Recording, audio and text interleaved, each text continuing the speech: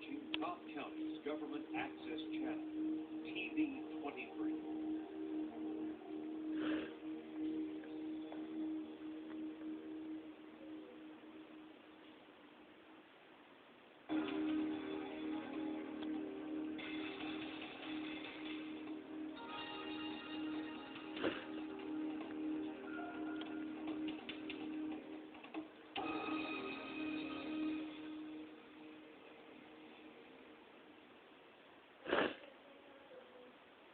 I see cancer, and that can come from anything that contacts with the cigarette. That's the lungs, mouth, the tissues of the throat, esophagus.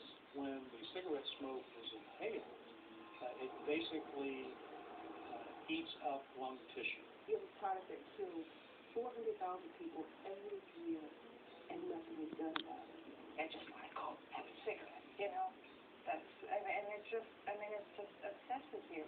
It's all you can think about. People who have been cocaine addicts and heroin addicts say it's harder to get off of nicotine than it is cocaine or heroin. And that's just an addiction.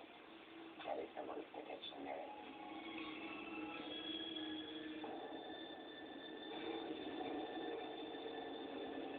Kids really do believe that it won't happen to them. They think they can experiment and try it, and it won't happen to them. Wrong answer.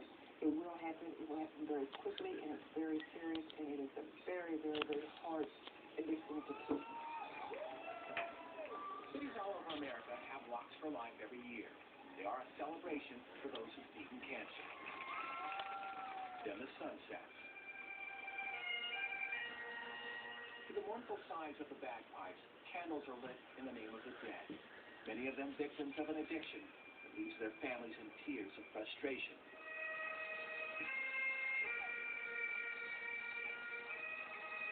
The dirge of addiction is for those who smoke cigarettes until they can smoke no more. 430,000 people die each year because of smoking. That's about 1,200 people per day. But a lot of kids still haven't learned their lesson. 3,000 kids 18 or younger become smokers every day. That's 1 million kids a year. That's 1/3 of every high school class. And most of them are lighting up before their 13th birthday. An addiction does not take long. If you're smoking a pack a day, with 26 cigarettes in a pack, you average about 10 hits on a cigarette, so 200 times a day you're having a hit of nicotine. There are very few other drugs that you do 200 times a day. That fits Webster's definition of addiction. Compulsive use of a substance known to be harmful. How compulsive? Teenagers smoke more than 900 million packs a year. I don't think a lot of people understand that.